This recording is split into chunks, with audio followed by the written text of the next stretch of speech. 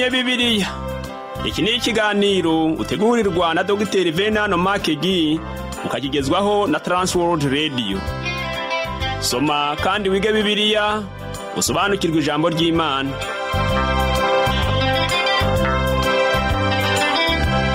Uraho neza nshuti muvandimwe uteze amatwi ikiganiro tumenye Bibiliya. Amahoro y'Imana n'abane nawe, kaze muri iki kiganiro ugezwaho nanjye Parfait Ntamvutsa. Duherukana turiho twigira hamwe urwandiko Pawulo yandikiye Abagalatiya. Muri uru rwandiko Pawulo yabwiye Abagalatiya ko batangiye neza mu byo kwizera ariko baratandukira bajya mu nyigisho zipfuye. Ababwira rero kwemera ubutumwa bwiza bw'ukuri yari yarababwirije mbere bakitandukanya n'abigisha b'ibinyoma. Nk'uko rero nasize mbigusezeranyije, mu kiganiro cy'uyu munsi tugiye gutangira ikindi gitabo gishya. Icyo nta kindi kikaba ari igitabo cyitwa Zaburi. Nyemerera dufate akaruhuko ubundi ngaruke mu kanya twinjire mu gitabo cyitwa Zaburi. Ukomeze gufashwa mu izina rya Yesu.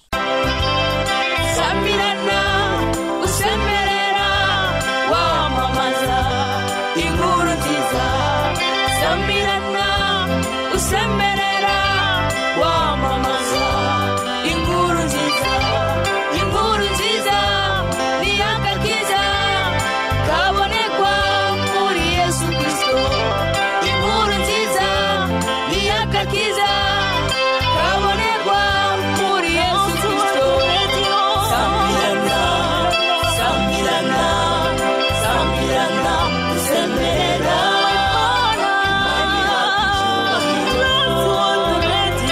Samirana, Samirana, Samirana usemerera. Imani yakicyubahiro. Samirana, Samirana, Samirana usemerera. Imani yakicyubahiro. Samirana, Samirana, Samirana usemerera.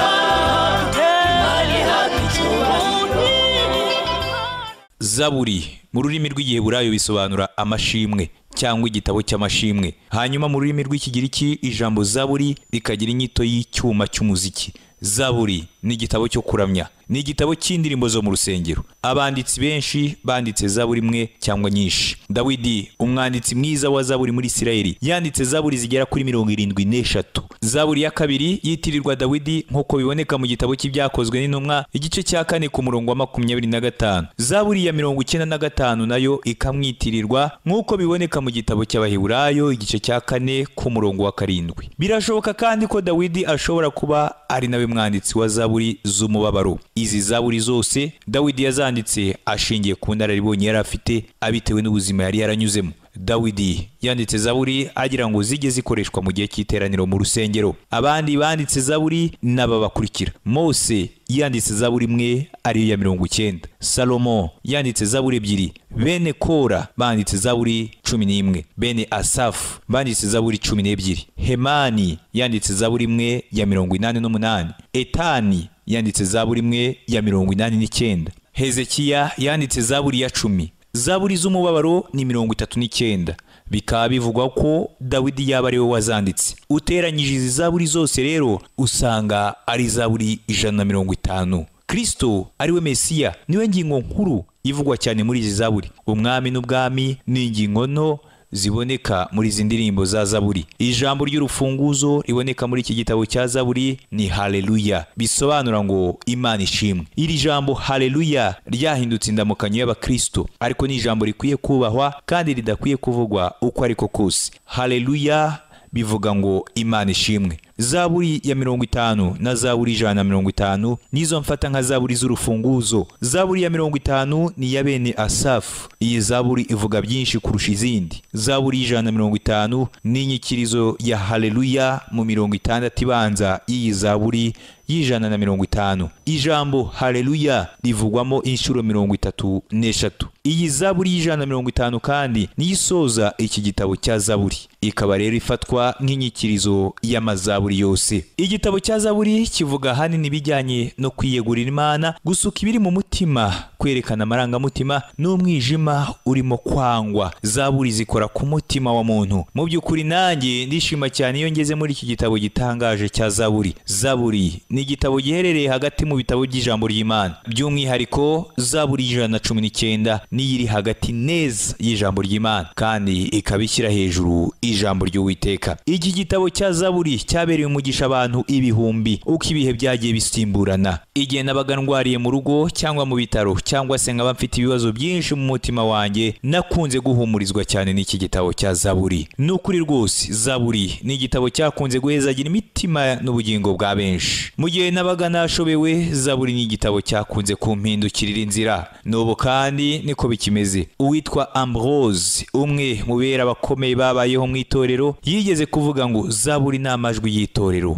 Hanyuma Augustine nawe aravuga ngo zaburi ni nka essence y'ibyanditswe byose. Martin Luther we yaravuze ngo zaburi ni igitabo gito kubera bose. Nuko John Calvin nawe agira ati zaburi ni ibice bigize umutima w'umuntu. Ibi rwose ni ukuri nk'uko abene data bagiye babivuga. Umuntu umwe niwe wigeze kuvuga ko hari ubunararibonye bugera ku 126 bwa psychology cyangwa se irangamiterere ya muntu. Ntabwo nzi uko ubwo bunararibonye bwageze kuri uwo mubare, ariko nzi neza ko ubwo bunararibonye bwa psychology uko bwaba bungana kose bwose buboneka muri iki gitabo cya zaburi. Zaburi nicyo gitabo cyonyine kiri mu bunararibonye bwose umuntu ashobora kugira. Zaburi yihishemo ibice byose by'irangamiterere ya muntu, aribyo byitwa psychology mu Cyongereza. Buri gitekerezo, buri cyifuzo, buri marangamutima atembera mu mutima wa muntu, ibyo byose biboneka muri iki gitabo cya zaburi. Niyo mpamvu ntekereza ko zaburi zikora rwose ku mitima yacu kandi zikaba zibitsemo ibisubizo by'ibibazo duhura nabyo muri ubu buzima bwa buri munsi. Umugabo witwa Hooker yigeze kuvuga kuri zaburi agira ati zaburi ni amahitamo meza cyane y'ibyiza byose wakwifuza mu bindi bitabo. Don nawe yungamo agira ati zaburi ivuga uwo ndi we mbere yuko nimenya, ikavuga ibyo nkora, ibimbabaza n'ibyo nibwira ntarabimenya. Uwitwa Held nawe yise zaburi ko ari igitabo cy'indirimbo z'ibihe byose. Nuko Watts nawe aravuga ngo zaburi ni amajwi ibihumbi aturuka mu mutima w'itorero. Umwanya zaburi zifite mu buzima bw'abantu b'Imana uhamya ko ari igitabo uwo ari we wese yakwibonamo hatitawe ku hantu yaba ari hose ku isi. Gusa sinareka kuvuga nanone ko hariho zaburi zimwe zivuga ku bwoko bw'Abayuda, ariko muri rusange zaburi zikora ku ndiba z'imitima y'abantu bose bo mu isi uko ibihe bigenda bisimburana.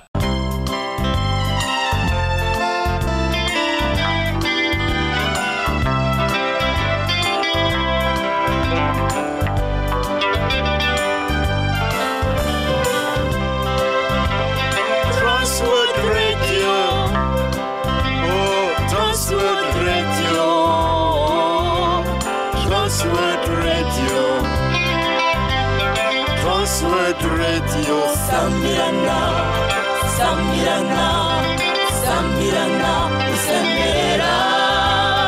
Sambirana, Sambirana, Sambirana, Usembera.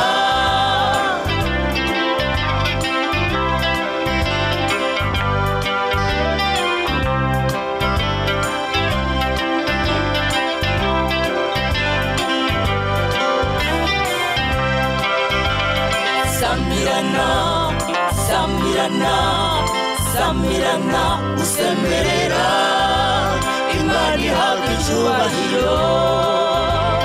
Sambirana, Sambirana, Sambirana, Usemerera. Imana ihabwa icyubahiro.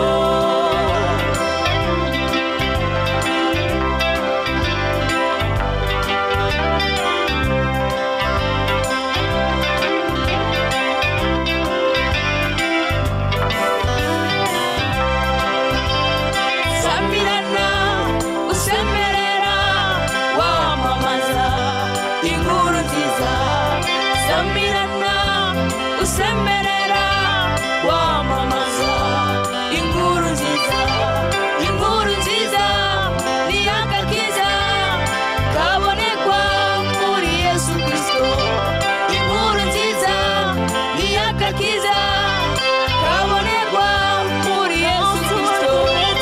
Sambirana, Sambirana,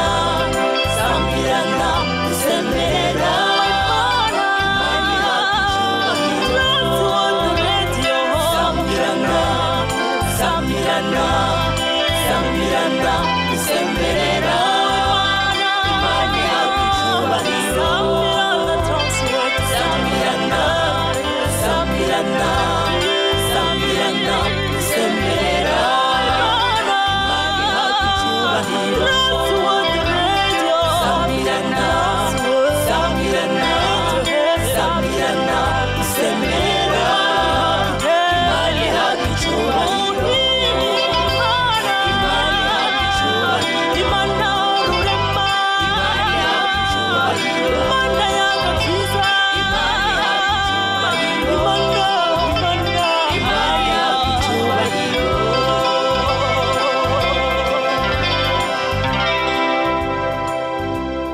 Zaburi zose zivuga Kristo. Muri zaburi zose harimo ishusho yuzuye ya Kristo kurusha uko tuyibona no mu butumwa bwiza. Ubutumwa bwiza butubwira ko Kristo yagiye ku musozi gusenga, ariko zaburi zo zikatubwira isengesho yasengeye kuri uwo musozi. Ubutumwa bwiza butubwira ko Kristo yabambwe, ariko zaburi zo zikatubwira uburyo yiyumvaga mu mutima igihe yabambwaga. Ubutumwa bwiza butubwira ko Kristo yagiye mu ijuru, ariko zaburi zo zitangirira aho ubutumwa bwiza burangirira, kuko zaburi zitubwira naho Kristo yicaye mu ijuru uyu munsi. Kristo ariwe Mesiya, niwe ngingo nkuru ivugwa muri iki gitabo cya Zaburi. Ngira ngo uribuka ko umwami Yesu igihe yabonekeraga intumwa ze amaze kuzuka yababwiye ngo aya ni amagambo nababwiraga nkiri kumwe namwe, yuko ibyanditswe kuri ye byose mu mategeko ya Mose no mu byahanuwe no muri Zaburi bikwiriye gusohora. Aya magambo yanditse mu butumwa bwiza bwa Luka igice cya 24 ku murongo wa 44.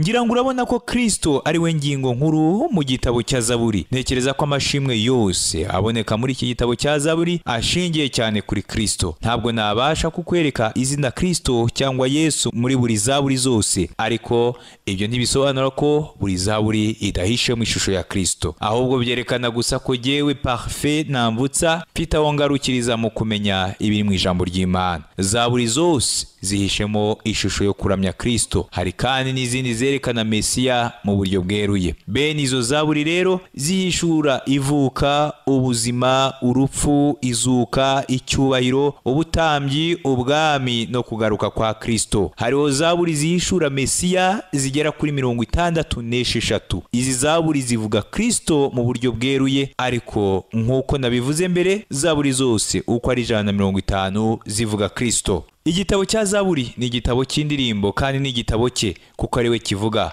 Uwo ndiho mvuga nta wundi ni Kristo. Igihe tuzaba turiho twigisha iki gitabo cya Zaburi, tuzabona neza ko gihishura Kristo mu buryo butandukanye. Zaburi zivuga uburyo Kristo ari uwa Isirayeli, kandi Isirayeli nayo ikaba ari iya Kristo. Ingingo zose tubona muri iki gitabo cya Zaburi zerekana ukwigomeka k'umwana w'umuntu. Igihe cyose Isirayeli itari kumwe na Kristo, isi nta mugisha n'umwe ishobora kubona. Zaburi zerekana ibyiringiro by'Abayuda. Zaburi ni indirimbo zahimbiwe kuririmbwa mu rusengero mu gihe cyo kuramya Imana, ariko ibyo ntibivuga ko zidafite akamaro mu buzima bw'umukristo muri iki gihe. Zaburi zifite akamaro mu buzima bw'umukristo. Yewe nakunze kwisunga Zaburi cyane kurusha ibindi bitabo biri muri Bibiliya. Dukwiye rero kugerageza gushyira mu bikorwa amasomo dusanga muri iki gitabo cya Zaburi. Urugero, muri iki gitabo Imana ntiyitwa Data, abera nabo ntibitwa abana, ahubwo muri Zaburi tubona Imana yitwa Imana Data, ntiyitwa Data Imana. Ukugumana na Mwuka Wera n'umugisha w'ibyiringiro tubona mu Isezerano Rishya ntabwo biboneka muri iki gitabo cya Zaburi. Kutamenya neza ibi ngibi mvuze byatumye abantu benshi basobanura Zaburi ya kabiri uko tariko, kuko ubusobanuro bw'Izaburi ya kabiri ntibuvuga ku kuzamurwa kw'itorero, ahubwo buvuga ku kugaruka kwa Kristo mu isi ubwo azabaje gushinga ubwami bwe. Icyo gihe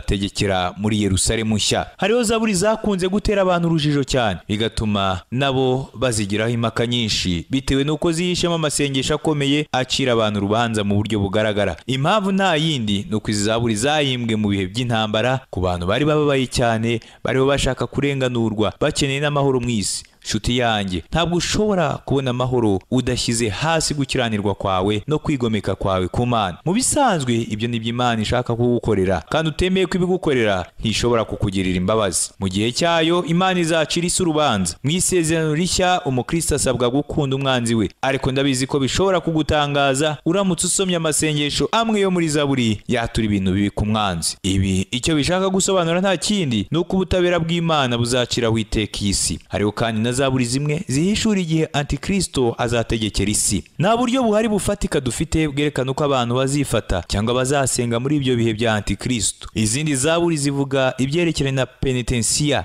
cyangwa se kwicuza ibyaha, izindi zikavuga ibijyanye n'amateka, isanzure, umugenzi, intumwa, umunyedini, uwashobewe. Izindi zaburi nazo zikavuga amashimwe. Amashimwe rero niyo ngingo tugezemo, kuko tugiye gusa n'abacukura zahabu na diyama muri iki gitabo cya zaburi. Igitabo cya zaburi ntabwo gitunganyijwe mu buryo nakwita bw'akavuyo. Abantu bamwe batekereza ko zaburi ngo zagiye zitoragurwa maze zigashyirwa hamwe mu buryo bubonetse bwose mu kavuyo. Nyamara biratangaje kubona ukuntu zaburi imwe yubakitse mu ihame ryuzuye bitari mu kavuyo, hanyuma indi zaburi iyikurikiye ikaza ifite ubusobanuro bw'iyo zaburi iba yayibanjirije. Urugero natanga rw'ibi mvuze ni zaburi ya mbere kugera kuri zaburi ya 8. Igitabo cya zaburi cyubatswe mu rutonde rwiza nta kavuyo. Uhereye mu myaka yashize byavuzwe ko igitabo cya zaburi cyubakitse neza mu rutonde rwiza nk'ibitabo bya Mose byitwa Pentateuch. Ibyo nabyo nta bindi ni Itangiriro, Kuva, Abalewi, Kubara no Gutegeka kwa kabiri. Nusoma neza ibi bitabo uzasanga bifite uruhererekane ruhura neza n'uruhererekane rw'igitabo cya zaburi. Biroroshye cyane kubona uru ruhererekane rw'ibihe ruri hagati y'ibitabo bya Pentateuch hamwe na zaburi. Urugero, mu gitabo cy'Itangiriro batubwira uburyo umuntu yaratunganye kandi yarahawe umugisha. Ibyo kandi niko tubibona muri zaburi ya mbere. Mu gice gikurikira cyo mu Itangiriro tubona umuntu agwa. Uko ni nako twongera kubisoma muri zaburi ya kabiri, kuko yerekana uburyo umuntu yigometse ku Mana. Muri zaburi ya gatatu batubwiramo wa muntu w'intungane ariko wanzwe. Muri zaburi ya kane batubwiramo urwangano ruri hagati y'urubyaro rw'umugore n'inzoka. Muri zaburi ya gatanu bakatubwiramo umuntu w'intungane ariko utuye hagati y'abanzi. Zaburi ya gatandatu batubwiramo umuntu w'intungane ariko uri hagati mu gihe kibi cyo guhanwa, ariho agerageza kwitunganya. Muri zaburi ya karindwi havugwamo umuntu w'intungane uri hagati y'abahamya babi. Hanyuma zaburi ya 8 bakatubwiramo iby'agakiza ku muntu. Kuva kuri zaburi ya 9 kugera ku ya 15 batubwiramo intambara z'umwanzi na antikristo n'ibijyanye no kubohorwa kwa nyuma. Kuva kuri zaburi ya 16 kugera ku ya 41 tubonamo Kristo ari hagati y'abantu be abeza imbere y'Imana. Ibi byose tuzagenda tubibona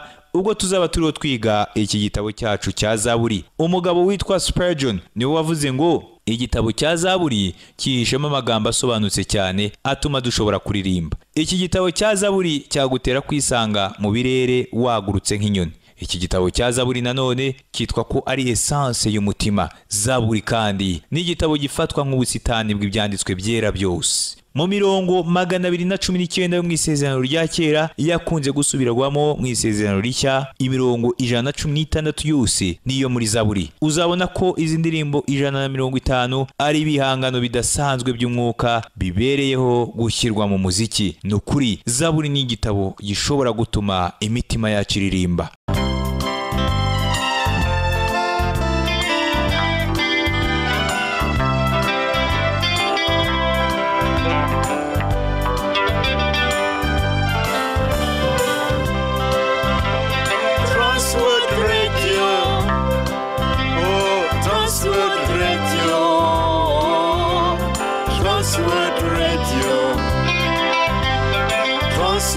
Radio Samirana, Samirana, Samirana, Samirana, Samirana, Samirana, Samirana, Samirana.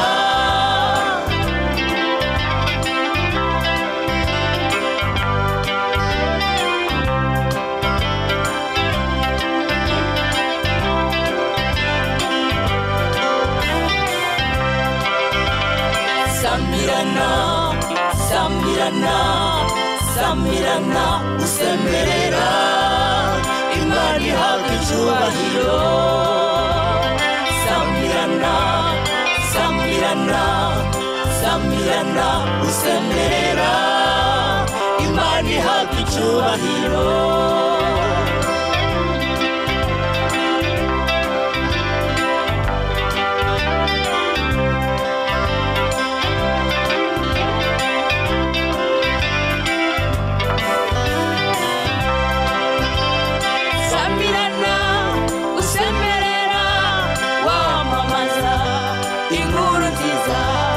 Samirana, usemerera wamamaza inkuru nziza ni agakiza kabonekwa muri Yesu Kristo. Inkuru nziza ni agakiza kabonekwa muri Yesu Kristo. Sambirana usemerera Sambirana usemerera imani yacu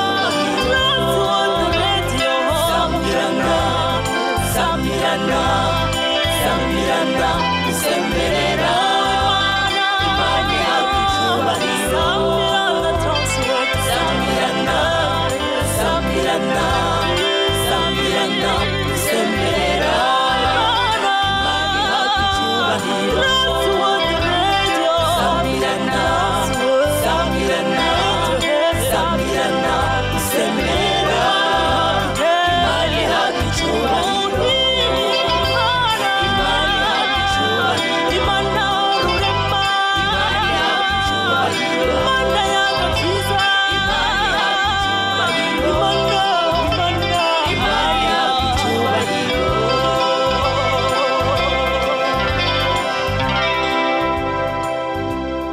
Reka noneho twinjire muri Zaburi ya mbere. Iyi ni Zaburi ifungura ingingo tubona mu gitabo cy'Itangiriro. Iyi Zaburi itangira ivuga ku muntu aho kuvuga ku bintu biri mu isanzure. Iyi Zaburi ya mbere ivuga ku muntu w'umunyamugisha wishimye. Umunyamugisha atandukanye cyane n'utazi Imana. Iyi rero yongera kandi kuba ishusho ya Kristo, ari nawe Adamu wa nyuma wabaye hagati y'abantu banga Imana b'abanyabyaha. Akenshi usanga dutekereza ko Umwami Yesu yari umuntu wahuranaga ibibazo n'agahinda cyane. Iyi shusho tumubona igatuma twishyiramo ko Kristo yahoranaga mu maso hadakeye kandi hijimye, ndetse rimwe na rimwe tugatekereza ko Kristo yari umuntu usa nabi. Ni ukuri ko Yesaya yavuze ko Kristo yabaye umunyamibabaro. Ariko se kuki udakomeza gusoma ibikurikira kuri uwo murongo ngo urangize? Nusoma neza uyu murongo wo muri Yesaya uzasanga uyu mubabaro n'intimba Yesaya avuga hano bitari ibya Kristo. Umva ko muri Yesaya igice cya 53 ku murongo wa 4 havuga, haragira hati ni ukuri intimba zacu nizo yishyizeho, imibabaro yacu niyo yikoreye. Ariko twebweho twamutekereje nk'uwakubiswe n'Imana, agacumitwa nayo, agahitamishwa n'imibabaro. Urumva ko zari intimba zacu, ntabwo ari intimba za Kristo. Kristo yikoreye intimba zacu, ariko we yari Kristo wuzuye umunezero. Iyo niyo shusho ye nyakuri. Muri Zaburi ya mbere ku murongo wa mbere aravuga ngo, hahirwa umuntu udakurikiza imigambi y'ababi, ntahagarare mu nzira y'abanyabyaha, ntiyicarane n'abakobanyi. Uyu murongo werekana ibyo umunyamugisha agomba gukora. Nidukomeza gusoma iyi Zaburi tuzabonamo imbaraga z'umunyamugisha, tubone n'ubudahangarwa bwe. Muri uyu murongo wa mbere batubwiramo ibyo umunyamugisha atagomba gukora. Batubwira ko uhiriwe atagomba gukora ibi na biriya. Muri uyu murongo rero tumaze gusoma tubonamo ibintu bitatu. Uhiriwe cyangwa umunyamugisha ntagomba gukurikiza imigambi y'ababi, ntakwiye guhagarara mu nzira y'abanyabyaha cyangwa ngo yicarane n'abakobanyi. Umuntu ukora ibi ngibi ntabwo abahiriwe kandi nta nubwo ari umunyamugisha, kuko abagendera mu bintu bitatu.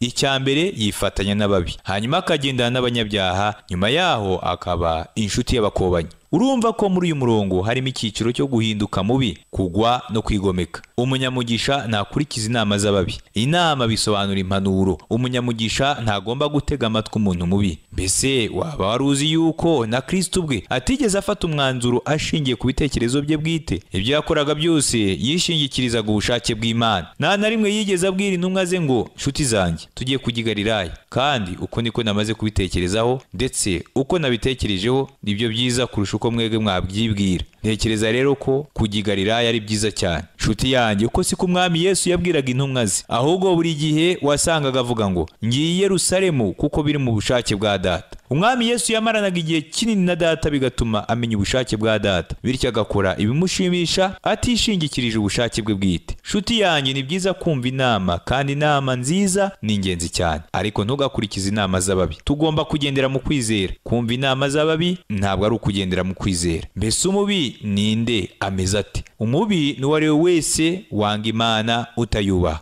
umubi ntatinya Imana, ababi bibwira ko nta Mana ibaho, kandi niwitegereza neza uzasanga ukikujwe n'abantu ibihumbi bameze batyo. Bene abo rero iyo babyutse mu gitondo ntibatekereza gusenga bashima Imana ibaramukije. Iyo bageze ku meza ntibibuka gusenga bashima Imana ibahaye ifunguro cyangwa ubuzima bwiza, aho gusanga bakomeza kwibera uko bashatse gusa ari ntacyo bitayeho. Abo ni abantu babi kandi ni abantu baretse Imana. Ababi bagira inama umuntu bikarangira wa muntu ahagaze mu nzira y'abanyabyaha, umunyabyaha nawe akaza gufatira wa muntu muri ya nzira yahagarikijwemo n'ababi. Icyaha bisobanura guhusha ikimenyetso, kuko uwo muntu aba ahushije umwanya yari akwiye kuba arimo. Hariho abantu ibyanditswe bivuga bameze batya, aho ibyanditswe bigira biti hariho inzira itunganiye umuntu ariko iherezo ryayo ni inzira z'urupfu. Aya magambo yanditse mu Migani igice cya 14 ku murongo wa 12. Nanone kandi ibyanditswe biravuga ngo imigenzereze y'umuntu yose itunganira amaso ye. Aya magambo yanditse mu Migani igice cya 16 ku murongo wa 2. Umunyabyaha ashobora gutekereza ko nta cyaha afite, ariko ntibikuraho ko ari umunyabyaha. Muri Yesaya igice cya 55 ku murongo wa 7 ijambo ry'Imana riravuga ngo umunyabyaha nareka ingeso ze, ukiranirwa areka ibyo yibwira. Nanone kandi muri Yesaya igice cya 53 ku murongo wa 6 ibyanditswe birongera bikavuga ngo twese twayobye nk'intama zizimiye, twese twabaye intatane, Uwiteka mushyiraho gukiranirwa kwacu twese. Imana Data yashyize kuri Yesu umutwaro wose w'ibyaha byari bituriho, kuko turi abanyabyaha. Iyo niyo shusho yacu. Indi ntambwe ikurikiraho iyo umuntu amaze guhagarara mu nzira y'abanyabyaha ahita yicarana n'abakobanyi. Abakobanyi n'abahakanyi. Ibi byerekana uburyo umunyabyaha abwira wa muntu muto kwicara hasi. Intambwe ya gatatu yerekana uburyo umuntu yicarana n'abakobanyi. Umukobanyi ni umuhakanyi, ntiyizera Imana gusa, ahubwo yanga Imana mu buryo bushoboka bwose. Ibi nibyo dukomeza kubona muri iki gihe. Abahakanyi ni abantu bigomeka ku Mana, ntibakeneye ko Bibiliya isomwa mu ruhame no mu mashuri. Abakobanyi ntibakeneye ko Bibiliya isomwa ahariho hose, kuko banga ijambo ry'Imana. Nshuti yanjye, wanyemerera nkakubwira ko nta kintu kibi mu isi nko kwanga Imana? Niba ukeneye kumenya icyo Imana ivuga ku birebana n'iyi ngingo turiho, wasoma mu Migani igice cya 3 ku murongo wa 34.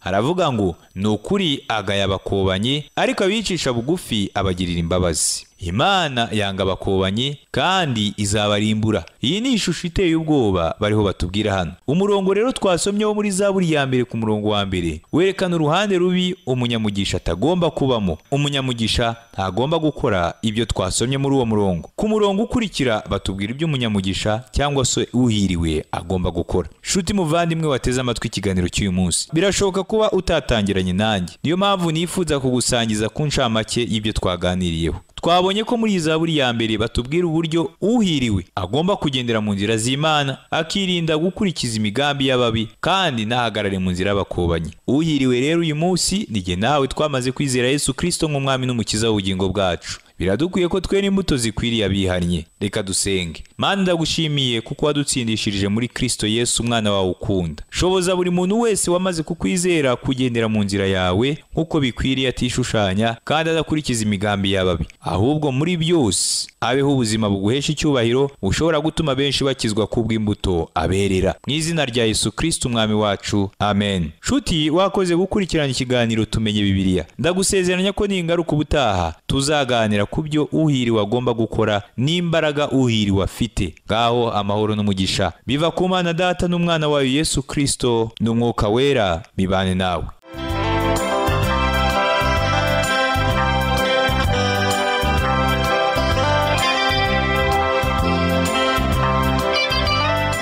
Icyo cyari ikiganiro Tumenye Bibiliya. Niba wifuza kugira icyo ubaza, kudutera inkunga cyangwa ushaka kuduha ubuhamya, ushobora guhamagara cyangwa kohereza ubutumwa bugufi kuri telefone igendanwa. Inomero ni 07 81 27 90 18.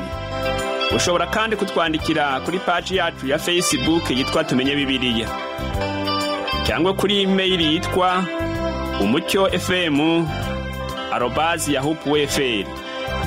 Imana iguhe umugisha.